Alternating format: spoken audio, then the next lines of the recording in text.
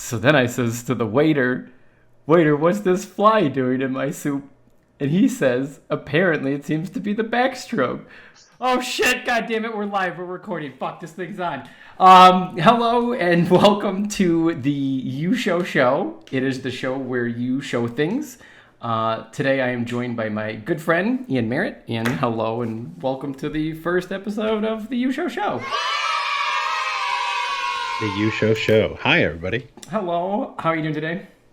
I'm good. It's rainy. It's cold. It's almost Thanksgiving. These are, however you like it. These are pretty solid things. It's a perfect day to sit down and do nothing and record a podcast. Exactly. Ian is the executive producer at Cars.com. You also have your website, Unicorn Rose, right? I've got a couple of them, but yeah, I probably took that one down. But I got a couple of things that I keep my hands busy with. What's the best one that's worth checking out if anyone want to check it out? If anybody wants to check out my work, it's at ianmerritt.com, IANMERRITT. I do a lot of photography and videography, and I direct, I produce, I don't act. Well, occasionally I do. God, yeah. I got suckered into acting a couple times, but yeah, ianmerritt.com. Thanks for having me. Yeah, dude, thanks for being here. I'm gonna take a minute and kind of explain this show, this podcast. What sounds better, podcast or show? Both sound weird to say. It's a show. It's a show. It's the You Show. There we go. Own it. It's a show. Yeah. You show. It's the show where you show things. Yeah. So the idea behind this was I really like critiques and reviews, things like that in that nature. Like I'm on YouTube quite a bit, like when I'm working, and there's a group called like Red Letter Media. I really like them. Chris Stuckman, he's a movie reviewer, video game reviews like IGN, stuff like that. I just really like it. I really like analysis and I like review. I think that the ability to like talk about things is always from like a place of passion is always good because in my opinion, it helps you understand said thing better. You know what I'm saying? Totally. And so I wanted to come up with something that isn't just modern and trending. A lot of those, like YouTube channels and everything that I just said, like a lot of them always have to stay with like a lot of like the current movies and stuff like that of whatever's coming out because that's how a lot of great, social media works. But I wanted to kind of go back and talk about the things that really stand out to us. So the idea for the show is I bring on a guest. In this case, it's you, Ian. The guest picks something, some form of a medium, a movie, an album, a video game, a board game, poetry. I don't even know what. That's kind of something I think that's going to be worth discovering as all this goes on, is to kind of see what people can come up with. And then you, the guest, share something with me, and then I share something of the same capacity back to you. So again, if like you shared a movie, I would share a movie. If you share a music album, I share a music album. And hopefully it's something I'm not very privy with, and vice versa, it's something that you're not very privy with. And then we sit down and we talk about why we picked it and why we liked it and kind of what does it mean and where does it come from and where does it go. Yeah, you're basically talking about creative people talking about creative things and how you have a ton of friends who are creative people who enjoy digesting things in ways that the normal human being probably doesn't digest them. Yeah, exactly. Yeah, and yes, that's a great way of putting it on. And I could talk about that for like 6 hours, so I'm not going to. I'm gonna spare that. But I think that'll be episodes 13 through 16. Yeah, exactly. The dark times of the show.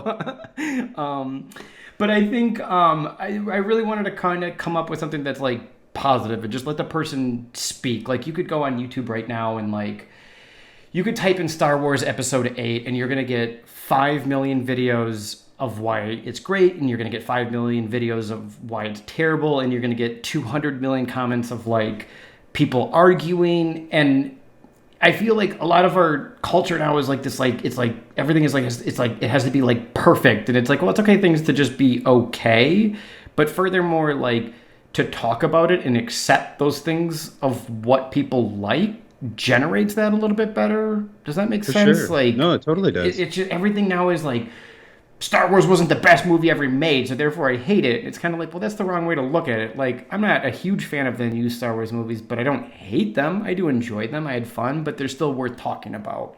Right, right. So this show was kind of created to just kind of like show the things people love, kind of create a positive atmosphere, and I'm sure there will be people that may not like what I share and vice versa, but then to kind of even, I think, talk about that and say, hey, this isn't for me, but it's for you, and maybe help other people then discover that as well is kind of the goal for all of this. So, I like that. yeah, so just kind of a positive atmosphere and go from there. Anyway, I've rambled long enough. So, so thank you for the like the six people that are probably listening to this. Two of them will probably be my parents. So hi, mom. You picked. You decided to go with music. I feel like you're a big music guy, and so you picked the album "Control" by Pedro the Lion, Yes. and I picked "Cosmogramma" by Flying Lotus. Yeah. Two, I would say, very opposite styles of music and two very opposite albums indeed. Totally. Um, But still in the same kind of vein of like of independent music, kind of below the flying below the radar, like they may not, you would never see them next to each other in a record store, but I could see them playing next to each other in a playlist somewhere. I don't know why, but I think it's possible. yeah, and I feel like the one thing that actually these two albums do have in common is I feel like they only work in their entirety. Yeah. Like you could play one of the songs, but really to get the feels for both the albums, you need to listen to it from start to finish. Yeah, that's a good point. That's actually something I haven't thought about.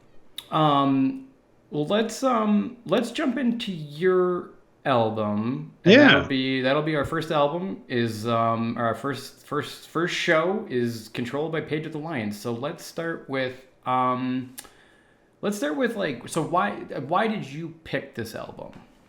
Yeah, so it was funny when you asked if I would help you out with this podcast. I was thinking of what, normally the record store nerd in me was like, oh, cool. What could I stump Calvin with, and what cool tracks could I play for him that he's never heard before, and then can I laugh at him because of that? And then that slowly died down because you also have an appetite for music that you tend to listen to a lot of stuff, and so I was like, all right, cool. What would be a good, and I was on a kick recently of just kind of revisiting records that meant something to me in the time and space that they happened in my life, and which is how we all digest music. Like, we hear a record and it affects us in a way that might be different the next time we hear it. And so when I first heard this record, it was interesting. So the album itself is a fictitious story about a man who's having an extramarital affair, and Yeah, how it affects his family, and the kind of a crazy arc from the insanity of screwing around on someone to the manic wife to the finally the lead character dies. I'm not really giving anything away here. yeah, no, yeah. Spoiler alert. The husband dies in the end Yeah, of this spoiler alert. music album. He does not make it. No, but it's one of those things that it has such a profound, like each song has is such a, it's a heavy kind of load to deal with, and it came out in 2002. I remember hearing it briefly in a record store, and then a really good friend of mine who was Ashley Hahn, who's a friend of mine from college. She was like, "Oh, you got to own this record," and she gave me a used copy of it like right after it came out. And this is also when people were ripping music, so I think somebody bought it, ripped it, and handed it around. And it just was one of those things where I was in my first, what I would call like an adult relationship, where like you're seeing someone and you're going through all these like, could this be the person kind of moments, and like you're seeing glimpses of like some maturity in myself and in others. And so it was a very, very fucked up way to ingest this record, because it is really heavy and quite kind of deep in its thoughts of messing around on someone, and what that does to the world and your relationship. And it's really powerful in that sense. And so I was coming out of like I was in my mid 20s, and I was just like trying to figure out what was next for me and what was going on. And it was a very, very pivotal point in my life of starting my creative career. And yeah, I was evolving from, college student who had a radio show to young graphic designer to whatever I was getting into. And so this record really kind of like this record, and there was a couple of movies that kind of went along with this.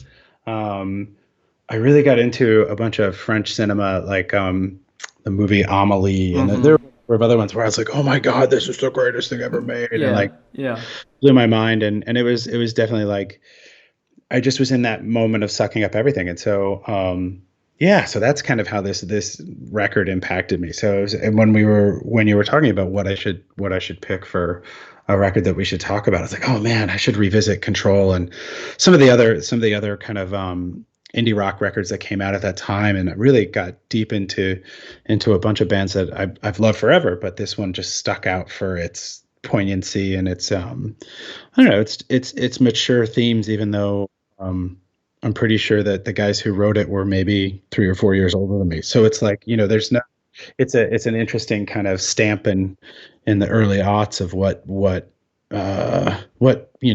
indie rock was supposed to be. So I agree with all that, and I really like the album, and I would say that had we not done this little experiment, I probably would have never listened to this. I would have never gotten there on my own. That's for certain. I highly recommend everyone that's into, like, iTunes listed as alternative rock. I think that's a fair label. I don't know how to label music.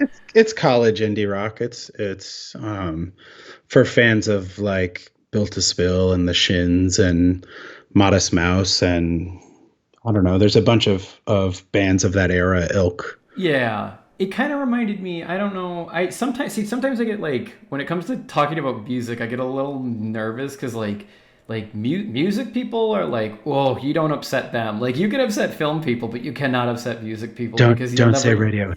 No, I wasn't gonna say Radiohead. It reminded me of early, better Death Cab for Cutie as well. I kind of felt a little bit of that. Some of like the sounds and the tones I felt were kind of similar in vein.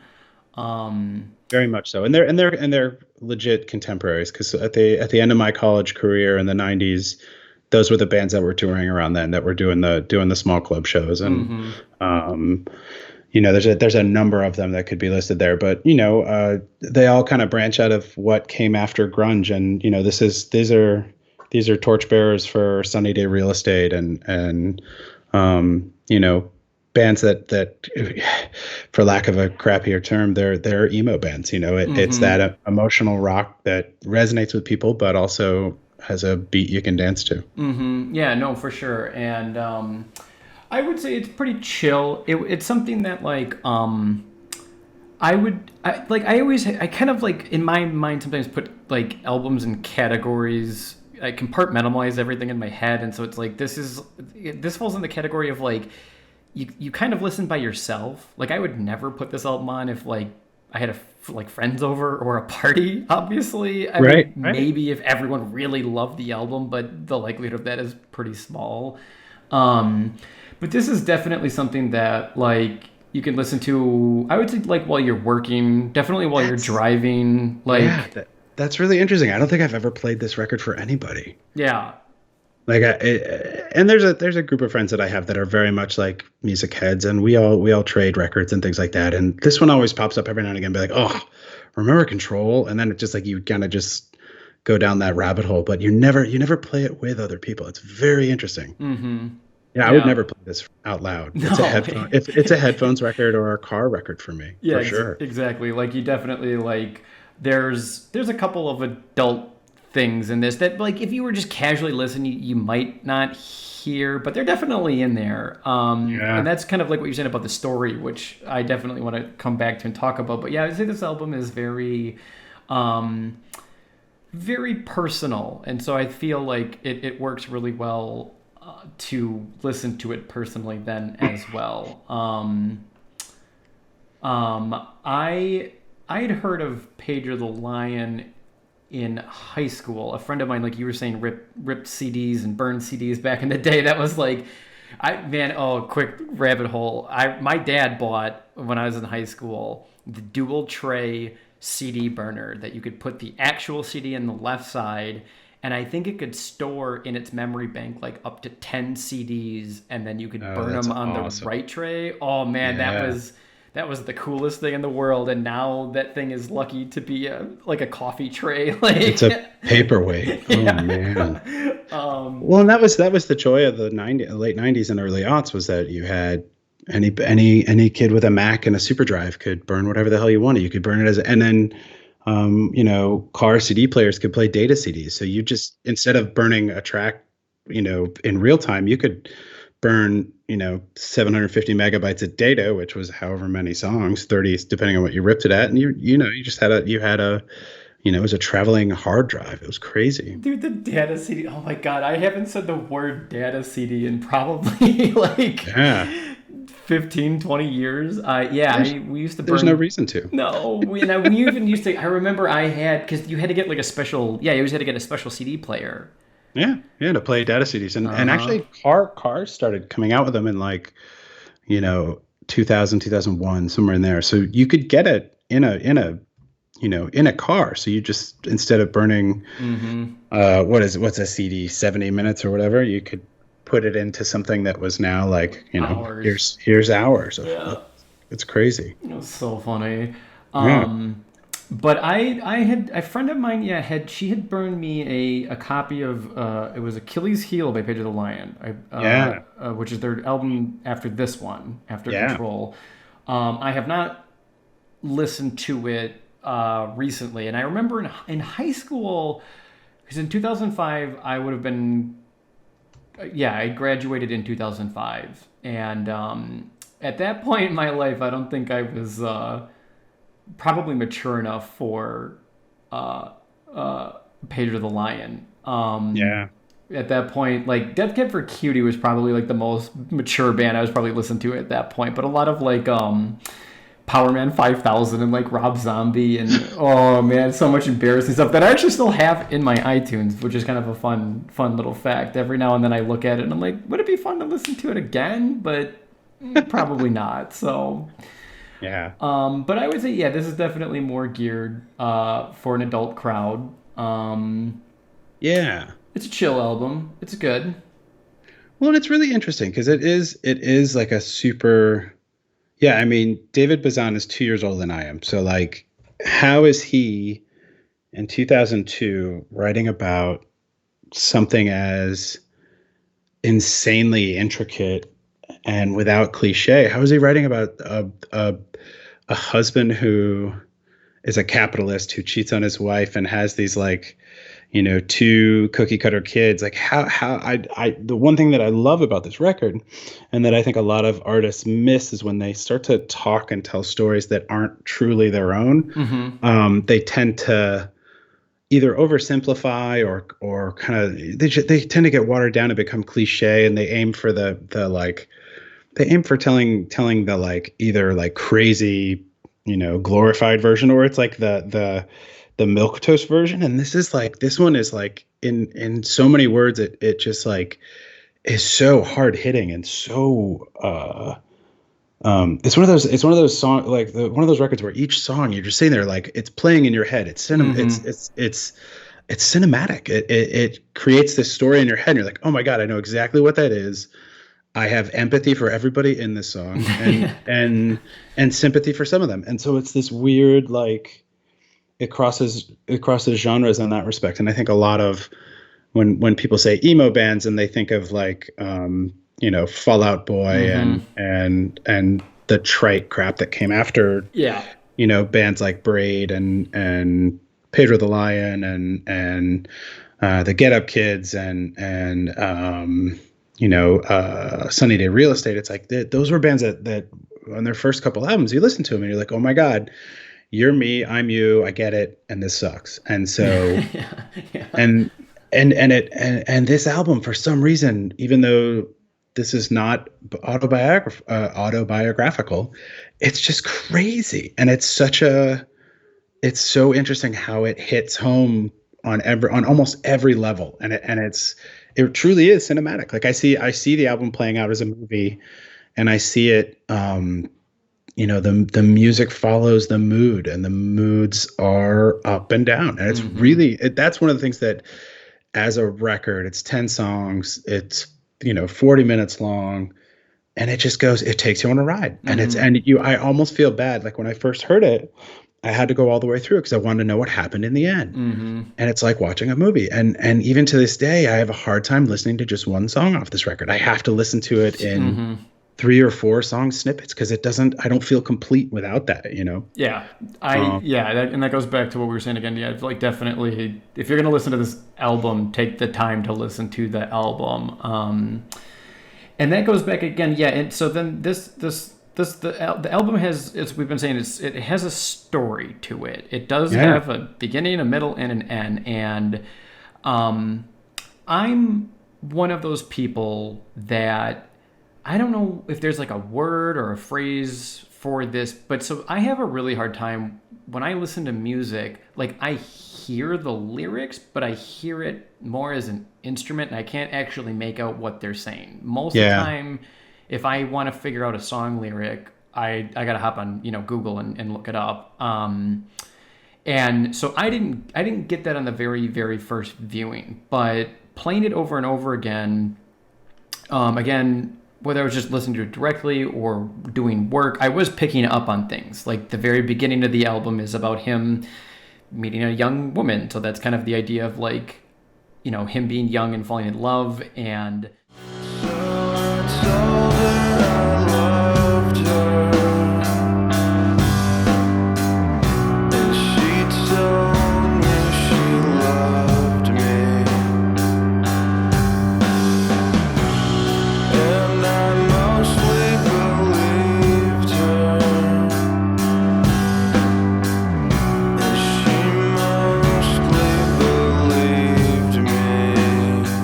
yeah, then like you said, they have kids. He gets a job. He's kind of miserable with his job, and then at the end, it is about his death. And so I did pick up on it eventually, and I'm glad you brought it up because I too wanted to bring it up, and I intentionally withheld Googling that because I felt like it would be more fun to just kind of talk about instead of the actual facts, just like kind of like what does it mean to, I guess, like us and maybe other people. But I Yeah. did pick up on it definitely after a while. It just, for me, it just took like an extra few minutes. But the points that they make in the album are like all very true to life, but I would say in the realm of like mundane. Totally.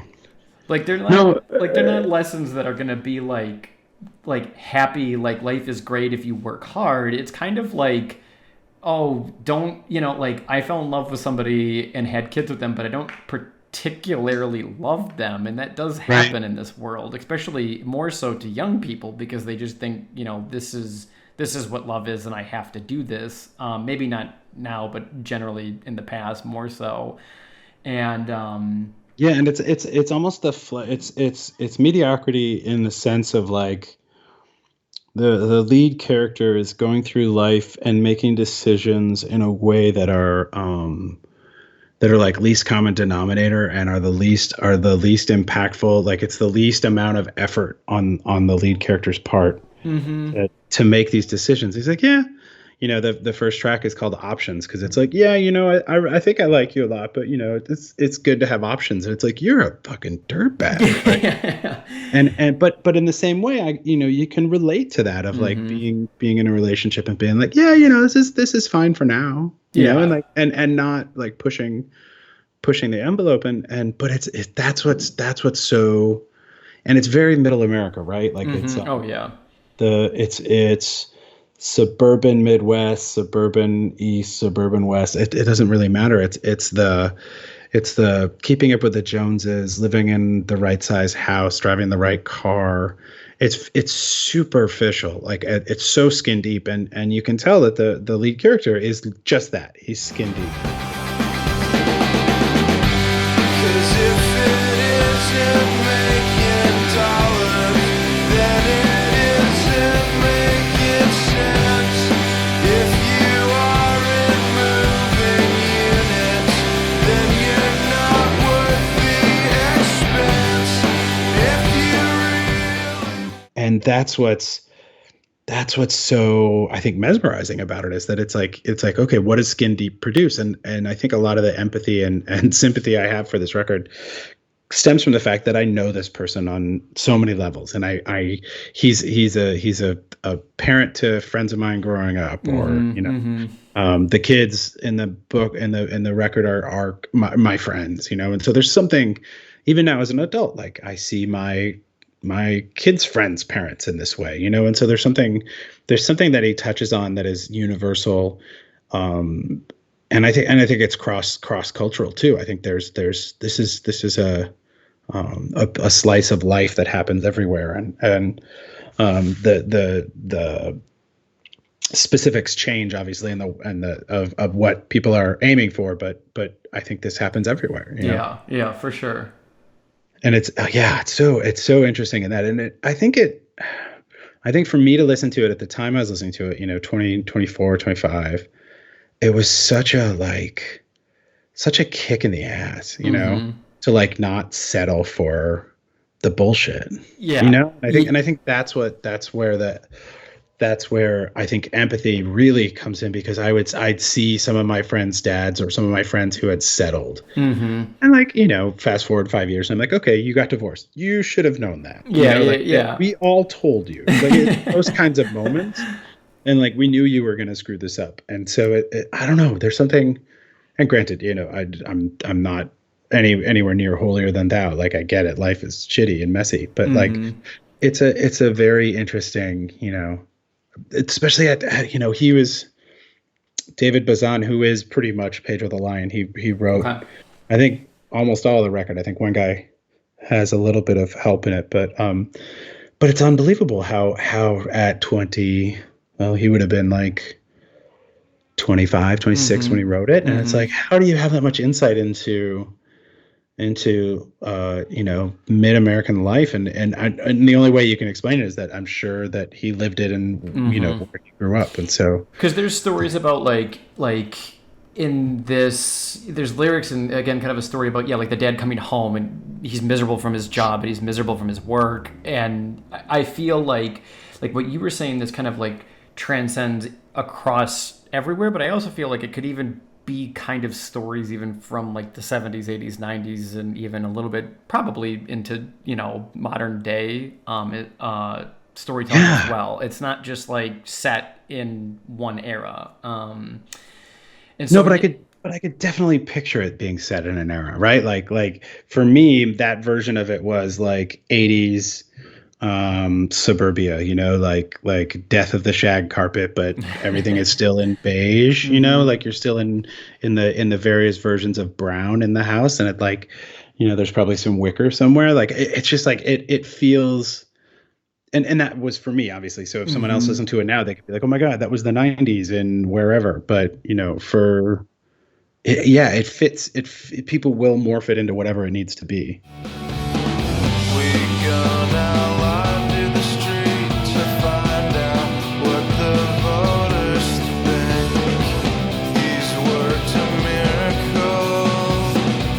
I just now bought a brand new car. God bless the Indian summer.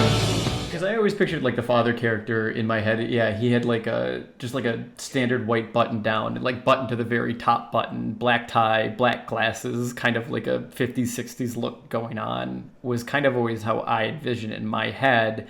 But it also kind of like it changes though too. There's some parts of the album that do feel a little bit more modern, and I guess not in the musical tone, but again, and like again what we've been talking about, the story of how it can be a little bit more modern, but can also be again from a time past, and he's talking about it now as well. But yeah, I agree 100% about how to write about that. I think would be pretty tough, because like you said, when you can't go through it, it's hard to write about it. A lot of writers pull from, you know, their own life. It makes you want to listen to the album again and kind of like pick up something new. I would say that it definitely does that. Every time you listen to it, you hear something new, and it's like, oh, that's kind of neat. And that's a very cool feature of the album as well. It definitely has replayability. Yeah, yeah. Well, and there's, you always end up playing the sex song more than probably the other ones too. Yeah, exactly. Do you? Because there is a sex song. So yes, there is. It's even called. There's actually two. Well, I'm thinking there's one literally called Penetration. So yeah, that one's the song I called Defining Sex, and the other one is all about it. So it's like it's a funny, like, yeah. It's about love. It's about life. It's about sex. It's about death. Yeah. It's all in there. Yeah, God, the chorus that always sticks with me is like, as the father goes through all these things, and at the very end of the record, he's just literally, he's like, "Am I gonna die?" Mm-hmm. And it's so honest, and like, it's like, I always think of like bad war movies are really good at this, where like the young private who just joined the army gets shot, and he's staring there wide-eyed looking at everybody else, and he's like, "Oh my God, am I gonna die?" Uh-huh. And everybody's like, "No, Jimmy, you're gonna make it," and he's always the first to die. Yeah, you're gonna see your wife and brand new son.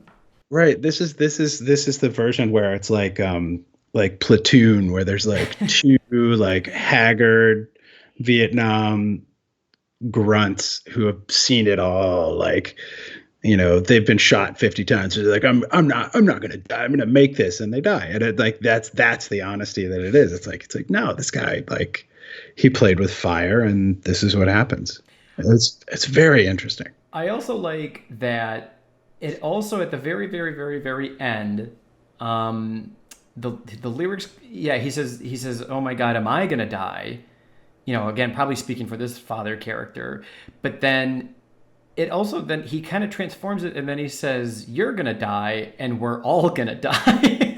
Yeah. And that's how the album ends, and that's just kind of obviously the truth to life is you're gonna die, I'm gonna die, we're all gonna die. So try to make the best of it in the middle and not compromise, and stay true a little bit to yourself, a little bit better than this guy did, and you'll probably be all right. So don't get stabbed by your wife. Like, that's. You're gonna die. We're all gonna die. Could be 20 years, could be tonight. yeah, if you're gonna cheat, find a way to make it work like in an open relationship setting. There we go. That's the moral of the album. It's so 2020 of you. Thank you. Yeah, exactly. But yeah, it's good. I really like it. It's fun, and thank you for sharing it. Heck yeah, man. It's really good. They have is there any, like, is there other albums? Are they also, because I haven't checked them out. I saw they had one come out in 2017. Yeah, his newest records are great too. Phoenix is the brand new record. It's out on polyvinyl. It's really good. I mean, they just have.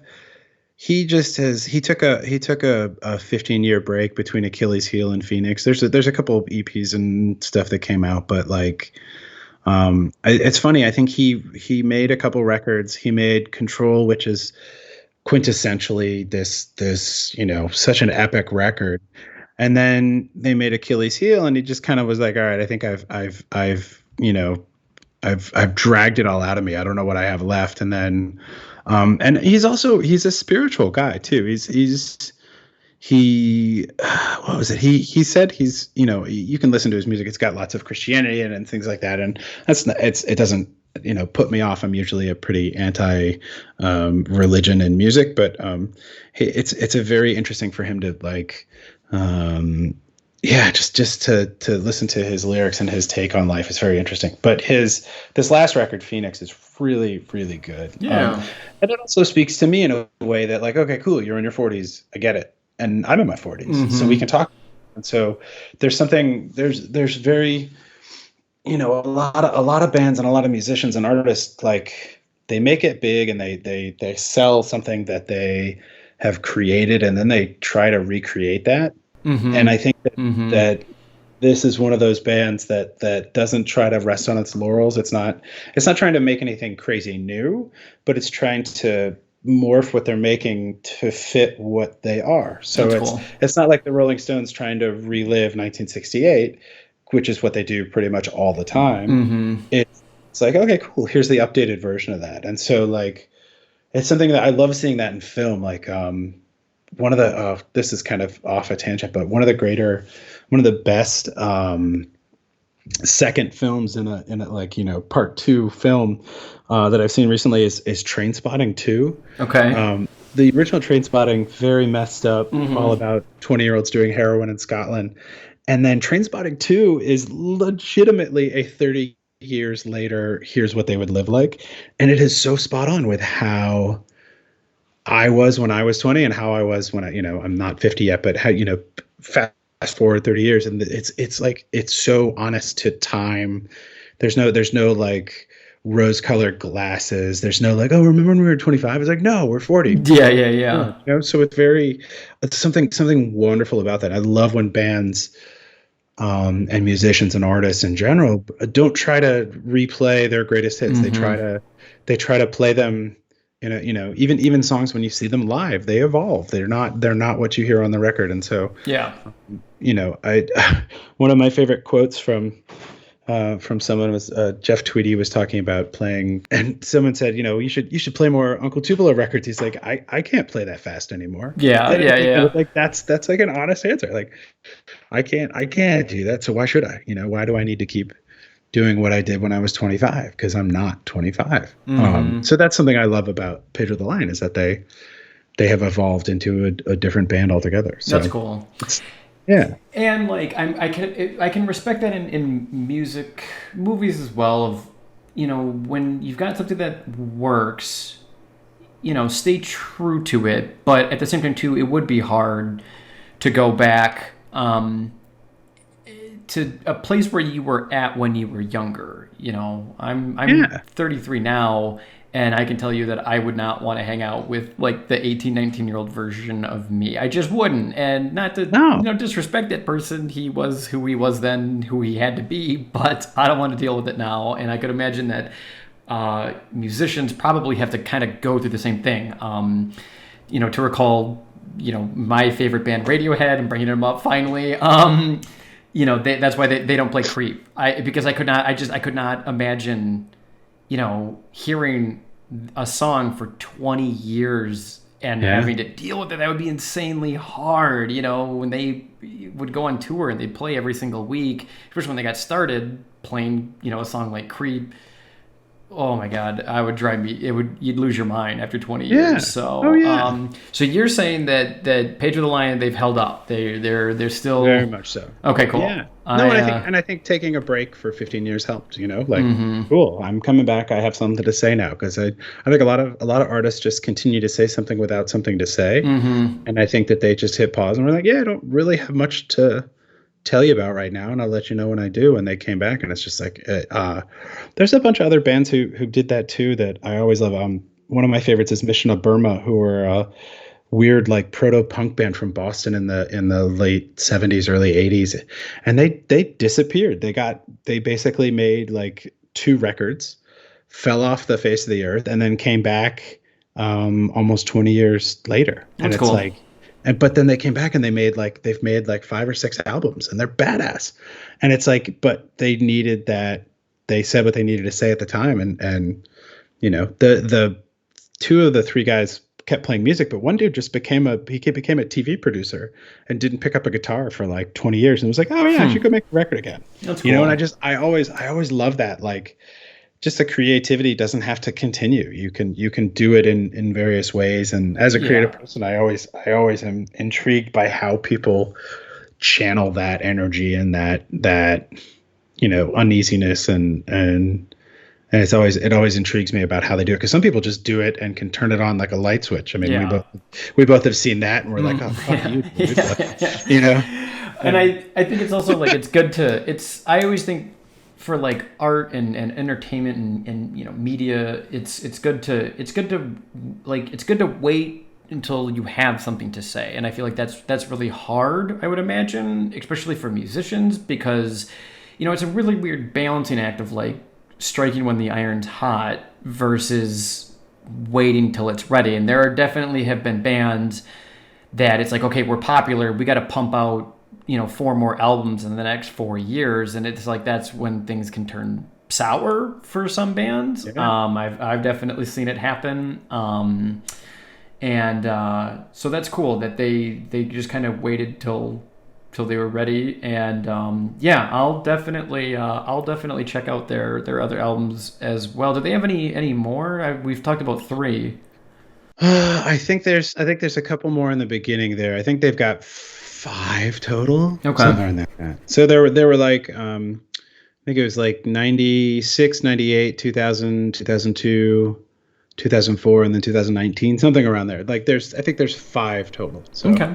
I might have just added too many numbers together, but yeah, I think about 2 year spurts for everything. So Would you say which one would be better to listen to after Control, Phoenix or yeah, go Achilles listen Heel? to Phoenix. Achilles Heel is great, but it's not. It didn't resonate with me, right? Like again, there's a time and a place, and I think there are lots of times where, and I have a lot of friends who are music snobs, and they'll live and die by a record or whatever, and I'll send them something. And they're like, oh, I never liked that, and they'll listen to it again, and they're like, oh my god, that record's great, and I'm like, yeah, you just weren't ready for it, or you were in the wrong headspace to listen to it. So I think there's something fun about re-listening to things that you possibly didn't like in your 20s that you might have liked in your 40s. So there's Oh, 1,000,000%.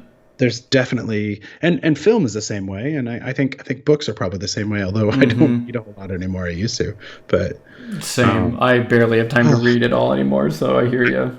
I miss my commute, man. That was when I would sit down with a book or whatever, and now it's just like I get up and walk downstairs. Yep. No, I hear you. Yeah, I will check out their other albums. I'm one of the like rare people left. I actually buy music still. I don't subscribe to any of the subscription platforms, so I'm always a little bit more reluctant. But I can assuredly say that I will check out more of their albums after this. So Yeah, awesome. I like them. I think that again when I was introduced to them in 2005, I was not mature enough to be ready for a band like this, because Right. got to get that Power Man 5000. Oh my god. Got to get that new Slipknot album, dog. Man, that's Jesus. I know, dude. Like I said, I wouldn't hang out with 18-year-old me. I'd be like, dude, take your music and your weird taste in film, and just go in the basement. I'll see you in 10 years, okay, buddy. Just let that oven cook. Just go have fun, buddy. I'll see you in a little bit. What would you say if if you like band X, Y, and Z, you will like Pedro. You will most likely like Pedro the yeah. Lion. What would you kind of say for that? If you're kind of into, I think we've kind of mentioned it, but like Built to Spill and Death Cab for Cutie, more of the kind of rocking Death Cab for Cutie, less of the piano ballad stuff, and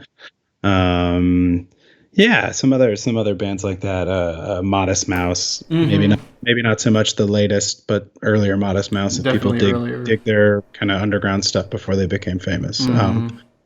But even the famous stuff is really good. It's just much more pop angled. So Yeah, for sure. yeah, it's an interesting one. It's a good album. Yeah. Do you have? I guess I didn't ask too. Do you have a favorite song off this album?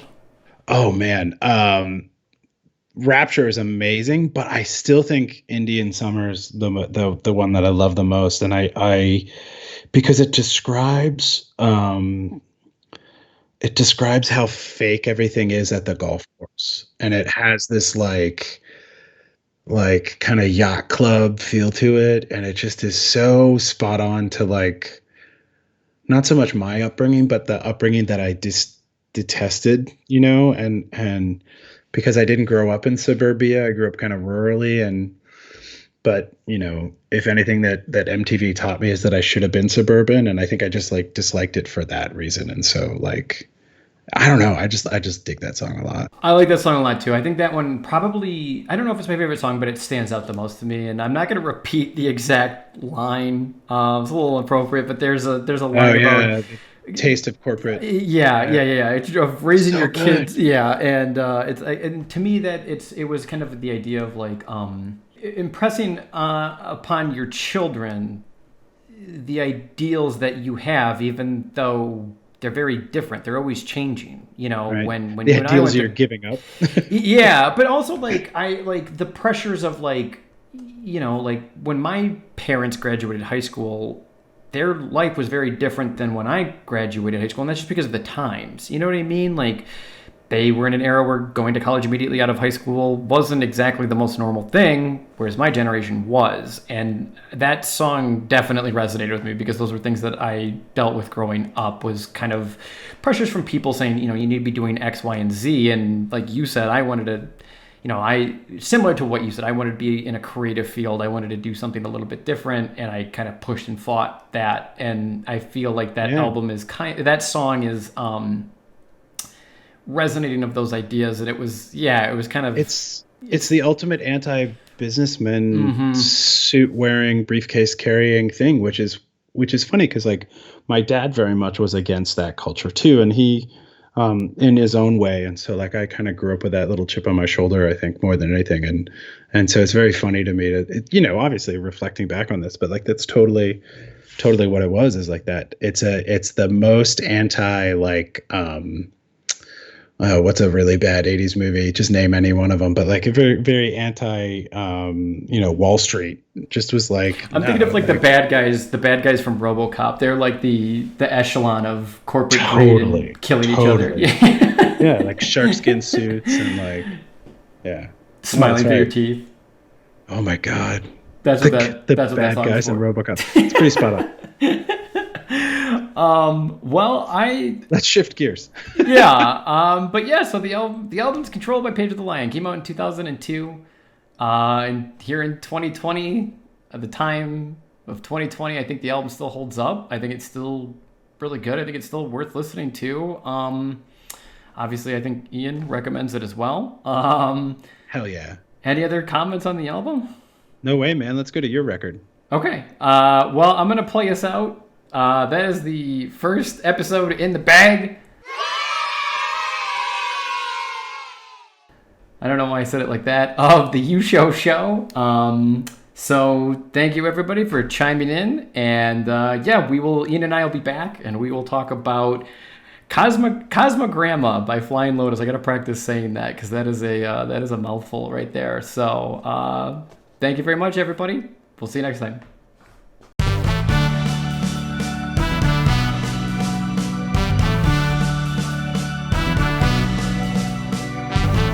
Show.